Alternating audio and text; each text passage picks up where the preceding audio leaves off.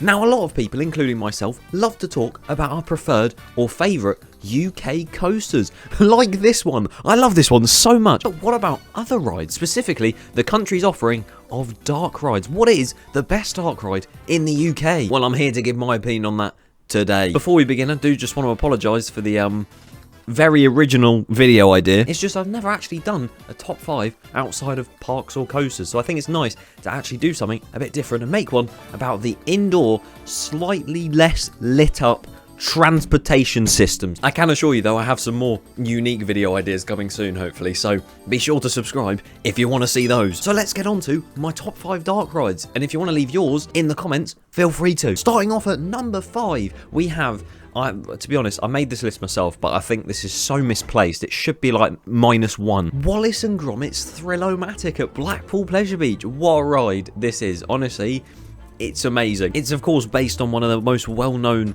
duos to come out of the UK, and it takes you through most of the major scenes from each of the films that they made, such as the fight in the loft from Matter of Loaf and Death, the chicken trying to rob a museum by using him. Plus, there's even a section that smells so much of bread it's actually beautiful. Jokes aside though, the sets are like really cool. The size of them is perfect in comparison to how you're sat, and to be honest, I've completely forgot you're literally sat in one of his 2 slippers. It's incredible. I remember when I first did it when I was about 11 years old or something. I genuinely did it about 12 times in one day. I just can't get enough, and I would totally do it again. Although, moving on to a dark ride that I wouldn't do too often, although I still do enjoy it, is numero 4. Derren Browns Ghost Train at Thorpe Park. This is solely at number 4 for the times it actually works, like, completely. Because if it doesn't work fully, it probably drops to, like, 43rd place. I don't even know if there's 43 dark rides in the country, but honestly, I love the theme and the idea of this ride, and the...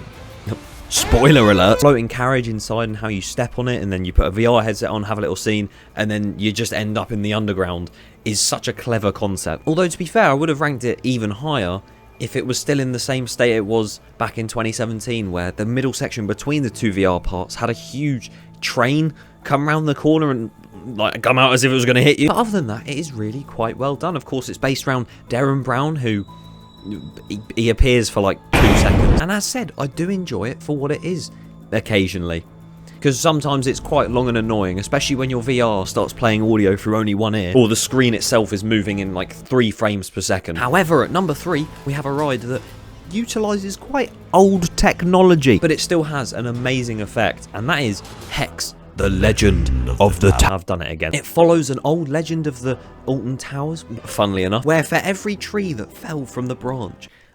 Wait, that doesn't make sense. For every branch that fell from the old oak tree, a member of the Elves family suddenly and mysteriously died or something, and it's all quite sinister. The pre-shows before the actual ride itself are incredible, especially the Octagon one with all the strobe effects, the lighting, and just the atmosphere in general. And then obviously, as I said, the ride itself, the huge spinning room. Considering we only have a couple of these in the country, and with this one being so heavily themed, the experience of it's so unique to anything else. On to number 2. Now, I'm not sure whether I'm going to get a lot of arguments occur due to this, because I know some people debate whether it actually is a dark ride or not, but I think it is. Valhalla at Blackpool Pleasure Beach again. This ride, as much as you get soaked, well, right now it's not even open, is incredible. The sets inside, the effects that go off whilst you're on your journey through Valhalla, it's just mad. Honestly, there's like a room where you go in and it's just incredibly warm, and then you go into another which is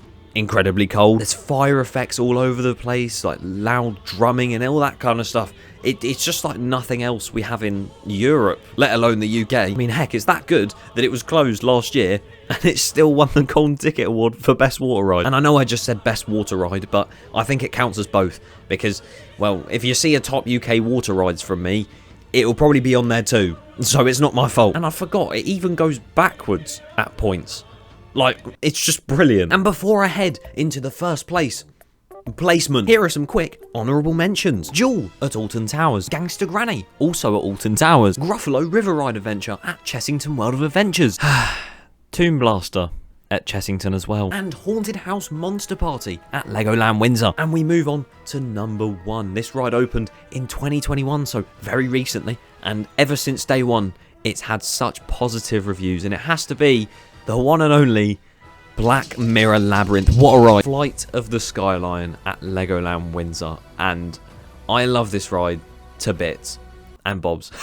Do you get it? Genuinely, I know a lot of people haven't been to Legoland for years because it's a kids park, but go back just for this and you will not be disappointed. It's a flying theatre located in the brand new area of Lego Mythica, and you basically go on this journey through a different world. You're sat on like a gondola and it moves about as you follow the screen, and it's so good. Flying through like massive jungles and volcanic islands, cliff sides, everything. And whilst you're on it, you fly past and you fly with various different creatures, including this fire dragon, this fire and ice dragon, and my guy Maximus, what a legend. It's perfect for everyone. I just absolutely love it as an experience. It's an amazing ride and I couldn't recommend it more. And if you want to see me debate with someone else what the best rides in this country are, click here. It got very heated, I'm not gonna lie.